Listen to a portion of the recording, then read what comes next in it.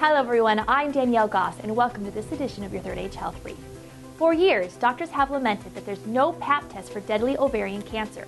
However, according to new research, scientists have reported encouraging signs that one day there might be. Researchers are trying to retool the Pap smear, an annual test for cervical cancer that millions of women get, so that it could spot early signs of other gynecological cancers too. With the standard Pap, a little brush scrapes off cells from the cervix, which are stored in a file to examine for signs of cervical cancer. Today, many women's Paps undergo an additional DNA-based test to see if they harbor the HPV virus, which can spur cervical cancer.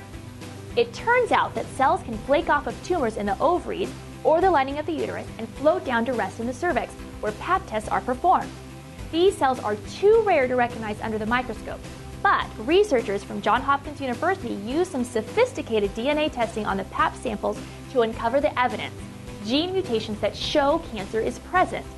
In a pilot study, scientists analyzed Pap smears from 46 women who already were diagnosed with either ovarian or endometrial cancer. The new technique found all the endometrial cancers and 41% of the ovarian tumors.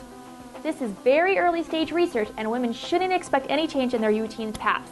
It will take years of additional testing to prove if the so-called Pap gene technique really could work as a screening tool used to spot cancer in women who thought they were healthy.